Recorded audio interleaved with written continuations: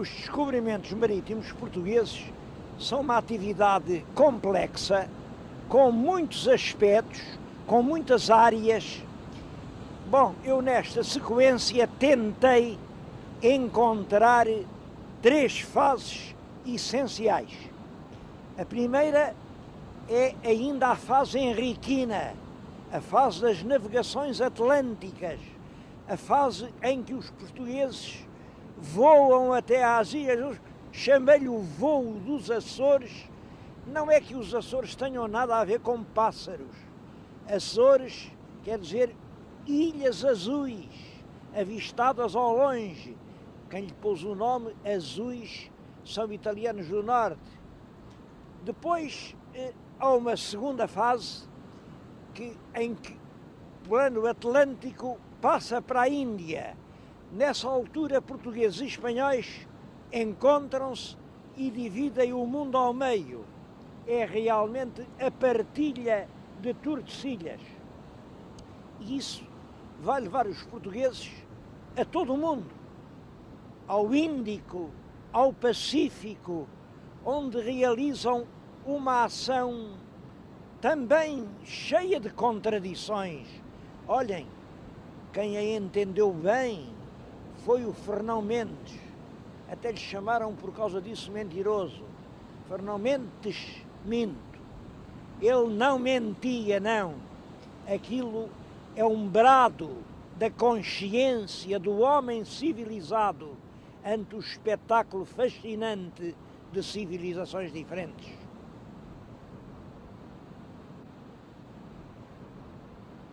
Estas histórias que o tempo apagou são passadas na RTP Internacional. Portanto, passam por esse mundo e são vistas por imensos imigrantes. Ora, como sabem, muitos imigrantes nasceram nos Açores e eu recebo imensas cartas de açorianos. Há uma que me comove particularmente e que me fala nos mosteiros. O senhor não sabe onde são os mosteiros? O senhor com certeza nunca foi aos mosteiros. Eu já tinha vindo aos mosteiros, mas essa carta fez-me voltar cá. Vim aqui falar-lhes dos Açores. Dos Açores, dos descobrimentos, do que isto foi, do que isto é. E logo para começar da palavra Açores. Como sabem, é um dos enigmas. Eu acho que pela lei do menor esforço, nós dissemos, há um pássaro chamado Açor. Bom, isto chama-se Açores, é por causa dos pássaros que se chamavam Açores. Claro que aqui não há Açor nenhum, nem pode haver. Nunca ninguém viu um Açor nos Açores. Bom, não faz mal. Há milhafres. Os milhafres têm aquele belo voo planado. Há milhafres, eles baralharam, jogaram que era Açores, em vez de milhafres disseram Açores, e portanto esta bela palavra Açores teria nascido num equívoco ornitológico. Viram uma passaroca, julgaram que era outra. Devo dizer que isto não tem pés nem cabeça. Na Idade Média, ninguém, nem hoje, ninguém pode confundir um Açor com um milhafre. Tem uma envergadura diferente, tem um voo diferente, são realmente até espécies zoológicas diferentes. Portanto, isto não tem nada a ver com os pássaros chamados Açores. Uma coisa que nunca ninguém disse, mas que é bonita, eu vou dizê-la pela primeira vez. Açores tem a ver com azul, Aliás, o pássaro chamado Açor chama-se Açor porque no peito tinha uma plumagem cinzento-azulada, azuro no italiano, azore no italiano do norte. E foi porque eles viram ilhas, certamente à distância, que na bruma apareciam apenas como silhuetas azuis a recordar-se na longura do mar. Eram ilhas Açores. Ilhas Açores. Claro, isto é uma hipótese que eu estou a dar, porque É certo que nas pronúncias do norte da Itália diz assim, Azor, mas eu não conheço, por exemplo, a língua que se usava nas Ilhas Baleares da época, ou o catalão. Mas é aí, nas formas de pronunciar azul das Baleares, da Catalunha, do norte da Itália, que tem que se encontrar o nome deste arquipélago. Isto são as caldeiras das Furnas. O ar aqui cheira fortemente. E este cheiro é enxofre. Como sabem, quem cheirava terrivelmente a enxofre era o diabo. Isto parece uma brincadeira, mas não é brincadeira nenhuma. É preciso ter em conta estes fatores para compreender a lentidão da ocupação humana e o próprio facto do descobrimento tardio dos Açores. As erupções vulcânicas viam-se ao longe. O fogo pode perfeitamente estar ligado à lenda do Mar Tenebroso. Diziam os velhos nautas que havia lá um ponto onde o mar fervia, estava em fogo, caíam chuvas de lama. Tudo isso é o quadro de uma grande erupção vulcânica. Ora bem, nós sabemos que justamente pela época em que os Açores começam a aparecer representados nos primeiros mapas medievais feitos por cartógrafos maiorquinos ou catalães ou talvez do norte da Itália, é o período de grandes erupções vulcânicas na ilha. Os vulcões atiravam colunas de fogo e de fumo de muitos quilómetros que eram visíveis à noite no céu até uma longa distância. É nessa altura que os Açores começam a aparecer pela primeira vez desenhados. Mas isso é descobrir, quando se põe o problema, não foram os portugueses que descobriram os Açores, porque eles já lá estavam desenhados, está-se a fazer uma lamentável confusão entre avistar ao longe e pôr o pé em terra. O que os portugueses fizeram aqui foi realmente desembarcar. Aliás, é curioso, como sabem, a primeira notícia que temos dos Açores é um documento de 1439 a dizer que o infante Dom Henrique tinha pedido licença para mandar deitar aqui uns carneiros. Carneiros para quê? Também a explicação é curiosa. Em nenhuma outra ilha se deitaram carneiros. Se as ilhas eram para povoar, punha-se gente. Aqui puseram carneiros. É porque justamente o fogo, erupções como esta, que naquela altura deviam ser gigantescas, criavam o pavor e não se sabia se aqui era possível viver. Foi isso o que o infante fez. Mandou deitar aqui os animais, anos depois viu que estavam vivos e concluiu, e bem, que onde um carneiro pode viver, também pode haver lugar para uma pessoa viva.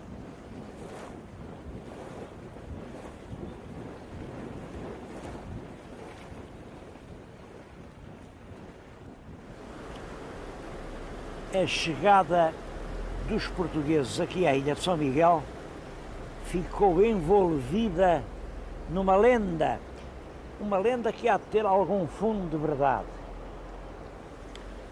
O Gaspar Frutuoso ouvia a contar já de várias maneiras e registou as várias maneiras, porque ele não sabia qual delas era a exata.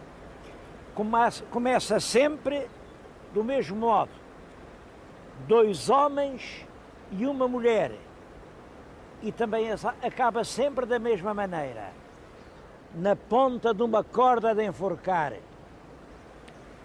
Parece que em Santa Maria um português apaixonou-se por uma mulher, mas essa mulher já era casada. É claro, a solução que ele viu foi matar-lhe o marido e fugir com ela, fugir aqui para esta ilha que se via ao longe, um vulto. Mas como não podia vir sozinho, ele e um amigo arranjaram uma embarcação, meteram lá a mulher raptada e vieram para aqui. Bem, é claro, vocês já estão a ver, 2 homens e uma mulher, como é que havia de ser? Ambos começaram a querê-la, o que se tinha apaixonado por ela matou o amigo e aí ficou logo com 2 mortes às costas. O marido que ele tinha morto e agora o amigo que se tinha apaixonado, e aqui ficaram longos tempos, até que os portugueses chegaram. Quando os portugueses chegaram, parece que foi exatamente ao vale desta ribeira, julgavam que vinham encontrar um mundo completamente novo, mas não. Nas margens da ribeira, no areal, havia passos, havia sinais de habitação, e eles procuraram, encontraram o tal mau matador, prenderam-no. O homem queria se defender, mas eles disseram: não. Primeiro enforcar-te e depois julgar-te. E assim acabou o tal apaixonado na ponta da corda. Mas também havia quem dissesse que não era assim. Foi completamente diferente. Não.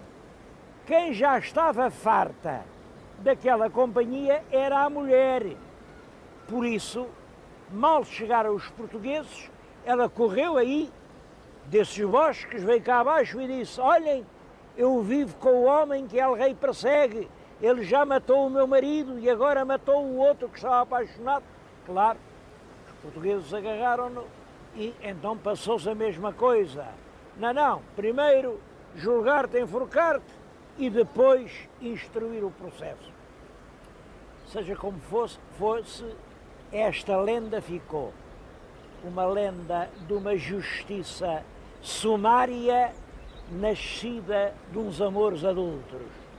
E foi assim que começou povoação. Povoação, claro que se chamava povoação, porque era a única, em toda a ilha não havia mais terra nenhuma e portanto bastava dizer povoação, era onde o povo estava.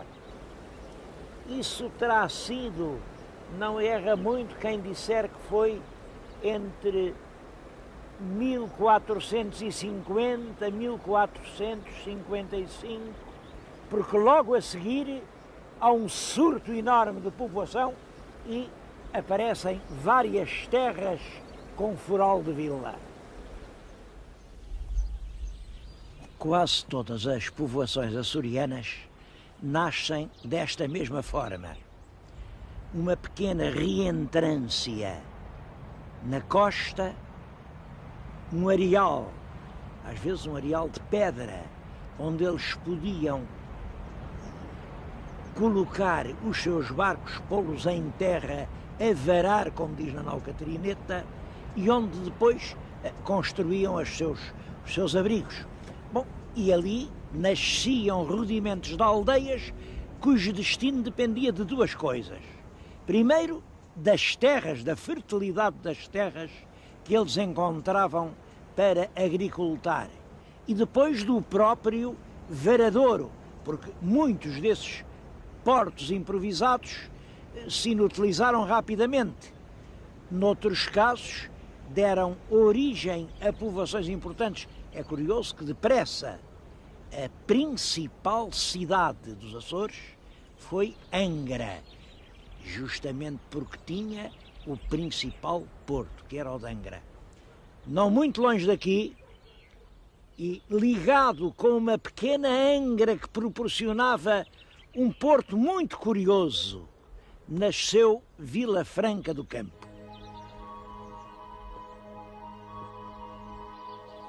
Esta igreja matriz de Vila Franca do Campo é um dos lugares que exprimem melhor a têmpera desta gente. A igreja, como estão a ver, ainda tem uma silhueta medieval, aquele pórtico em ogiva. Bom, mas nada daquilo é realmente medieval. Ela foi assim quando o infante Dom Henrique, no século XV, a mandou construir. Depois veio uma catástrofe enorme, uma montanha desabou sobre Vila Franca, matou praticamente toda a população. Os cronistas falam de 4.000 mortos, eu penso que este número deve estar um pouco inflacionado, mas de qualquer maneira foi uma catástrofe que arrasou completamente o povoado, mas os sobreviventes resolveram fazer uma igreja igual, com uma fachada igualmente ogival, a lembrar os primeiros tempos e com dimensões iguais. Estava a igreja a ser construída quando vem uma grande erupção na Lagoa do Fogo, atira as suas lavas para aqui e a igreja voltou a ficar arrasada. Bom, eles voltaram ao princípio, tornaram a construir, ergueram estes arcos, mas em 1630 uma nova erupção agora das Furnas, é novamente arrasado. O que vêem estas 3 naves solenes são a construção posterior a 1630, a essa última grande erupção. Depois não houve mais erupções, porque se houvesse, eles tinham continuado a construir igrejas. E em tudo isto há uma coisa que é comovente. Dizem eles que esta pia batismal que estão a ver a trouxeram da primitiva igreja henriquina e que aqui os vilafranquenses ainda hoje são batizados na mesma pia de água benta em que já o foram os primeiros fundadores da povoação. Não sei se é verdade, não sei se realmente se pode considerar da época henriquina este monumento. Agora, a tradição só por si é bonita e vale a pena ser referida.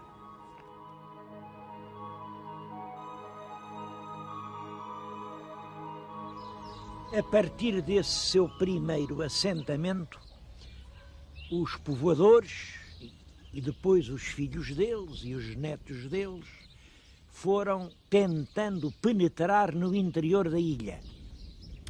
Este local em que nos encontramos mostra muito bem o que foi esse esforço para a ocupação da ilha de São Miguel. Vêem pequenas linhas de casario. Eu daqui conto 1, 2, 3, 4, 5, a outra que sobe. Devo dizer que não as conto todas. Há 2 que estão ocultas para a nossa visão, porque elas são 7. São as chamadas 7 lombas de povoação. São 7 pistas de casario, onde cada colono fazia o seu abrigo, provavelmente uma cafua de feno, depois uma pobre casa, mais tarde era moradia, e ali ia arroteando a sua leira, semeando a sua vinha, procurando o quê? Bom, aquilo que a ilha podia dar. Depois, ainda no século XV, mas sobretudo todo o século XVI, parte do século XVII, o que a ilha dá é cereais. O pão das ilhas é com este pão que se mantêm as nossas praças no norte da África, em Ceuta, em Tânger, em Safim. Come-se o pão que se embarca aqui nos Açores. Naturalmente que as terras cansaram-se, mas entretanto surgiram outros recursos. Nessa altura já os lavradores têm uma vida mais estável, cada qual tem os seus bois, lavra a sua pequena seara, há os doces, começa a aparecer o ananás, o gado, o laticínio, e os Açores conseguem de facto dar esse essa boa lição de nunca permitirem que um recurso se esgote e eles dizerem, como nós às vezes dizemos, pronto, acabou-se, não há nada a fazer. Não, encontraram sempre outro caminho para trilhar.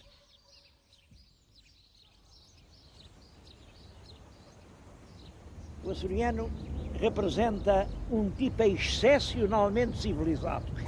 E isso nota-se no grande número de vultos importantes que os Açores deram à vida pública em Portugal. Olha, logo que se tratou de escolher o primeiro Presidente da República foi um açoriano, Teófilo. E o segundo que foi eleito foi outro açoriano, o Arriaga. O Antero era daqui. Há daqui inúmeros grandes escritores. Estou-me a lembrar de um que conheci bem e muito admirei, que era realmente Vitorino Nemésio, e quis vir prestar esta homenagem aos Açores, à sua história exemplar, história sem violência, sem sangueiras, sem guerra. É porventura das regiões da Europa aquela que tem uma história mais digna. Estava a dizer que quis vir prestar essa homenagem aqui, numa cidade que não é a principal, à Ribeira Grande, diante desta igreja de que foi pároco o padre Gaspar Frutuoso, diante da estátua dele. Gaspar Frutuoso é, a meu ver, depois de Fernão Lopes, o mais notável dos cronistas portugueses. O seu fino critério crítico, a sua erudição prodigiosa e a elegância estilística com que apresenta os assuntos fazem dele um autor de primeiro plano. Está muito longe de ser dos mais conhecidos. Pode-se dizer que só os eruditos é que leram As Saudades da Terra, que é o título que ele deu à sua obra. Foi para prestar homenagem ao homem açoriano, à cultura açoriana, que eu escolhi o seu vulto, porque a sua obra, como a sua terra, sendo das mais belas, é das menos conhecidas em Portugal.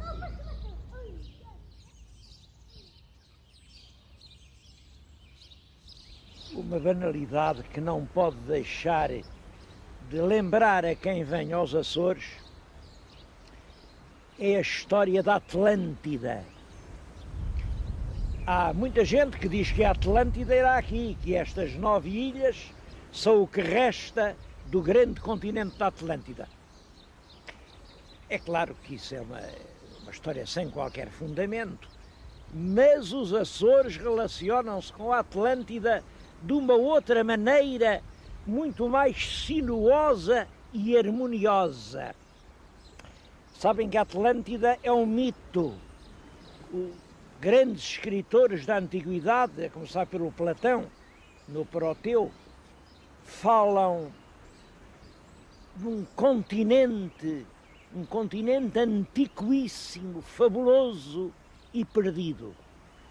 Era um continente rico, de gente muito civilizada e valente, mas que depois qualquer misteriosa catástrofe inexplicavelmente subverteu. Hoje, da Atlântida, dizem eles, só resta uma longínqua memória. Claro que estas referências fizeram surgir muitas teorias, porque não há dúvida que na base disto deve estar qualquer grande catástrofe sísmica, qualquer tragédia do mundo antigo, quando ainda se não usava a escrita. Provavelmente, eu penso que a Atlântida está ligada com a tragédia das Cíclades. Se o meu telespectador, numa das viagens que fizer, subir à ilha de Santorini, encontra lá os vestígios do mundo de antes da Atlântida. Estão lá claramente os vestígios, são, aliás, emocionantes. Mas também se disse que não, que a Atlântida era aqui do outro lado do Mediterrâneo, junto das colunas de Hércules, porque eles diziam que a Atlântida ficavam além das colunas de Hércules. E não há dúvida que havia aqui uma brilhante civilização, também por qualquer razão desapareceu. Há muitas teorias da Atlântida, e é claro, e uma situa nos Açores. Agora, eu digo-lhes que a Atlântida deixou aqui o seu derradeiro vestígio por isto. O mito de um mundo perdido, de um paraíso do qual o homem foi expulso, é um mundo quase tão antigo como a alma humana. Passou da antiguidade à Idade Média. Na Idade Média diziam que eram ilhas perdidas no mar. Uma das versões é que era a ilha de São Brandão, que ninguém sabia onde era, e outra é que era a Ilha das Sete Cidades. Essa é uma das mais belas lendas medievais. No meio do mar, perdida, existe uma grande ilha onde há 7 cidades. Numa das versões dizem que as 7 cidades foram fundadas pelos 7 bispos da Lusitânia, expulsos quando veio a grande invasão do Islão. Cada bispo fundou a sua cidade e lá estão, à espera que os portugueses os reencontrem. É claro, como essas ilhas de lenda, ali toda a gente é feliz, os homens não se perseguem, não há guerra, não há ódio nem inveja. São as ilhas do paraíso. Ninguém acreditou tanto na verdade dessa ilha de felicidade como os açorianos. Partiram daqui expedições à procura de encontrarem nas lonjuras azuis do mar a ilha das 7 cidades. Olhem, o Fernão Dulmo partiu daqui com 2 caravelas, partiu, navegou e nunca mais voltou. Agora, a pergunta que eu quero fazer é esta, e peço-lhes que me estão a ouvir que me ajudem a responder. Hoje, 7 cidades é um topónimo. Esta lagoa que está aqui diante de nós é a Lagoa das 7 cidades. Os açorianos, depois de terem procurado anos e anos a ilha perdida no mar, acabaram por se resignar com dar o nome a uma lagoa. 7 cidades já não é uma ilha na distância atlântica, é uma lagoa no coração de São Miguel. Como foi possível esta mudança? É claro, eu penso que isto é uma nota a reter sobre a inteligência instintiva do homem dos Açores. Já que não pode... 7 cidades é uma linda lenda, não há dúvida nenhuma. Essa lenda de um mundo feliz que espera por nós é um ideal permanente, é algo de que é preciso não desistir. A gente há de um dia ter um mundo feliz, como esse das 7 cidades. E já que o não encontrou no mar, implantou-o aqui, bem no coração da terra.